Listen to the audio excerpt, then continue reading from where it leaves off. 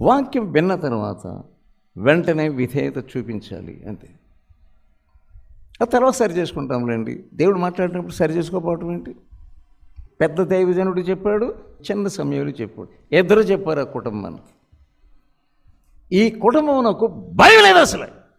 2:29 నాకంటే నీ కుమారులను నీవు గొప్ప చేయుచున్నావు. చాలామంది పిల్లల్ని గదించలేరు. పిల్లల్ని గదించలేనటువంటి వాడు తండ్రిలాగా అవుతాడు. ఇది చేయడం తప్పురా.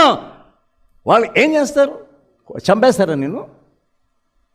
చెప్పను పిల్లలకి, నీ పిల్లలు చంపేని, వాళ్ళ చేతుల్లో చచ్చిపో, నీ పరలోకం దొరుకుతుంది. కానీ వాళ్ళు ఏం చేస్తే అవి ఒప్పేసుకుంటాం, అది దేవుని క్రమం కానే కాదు.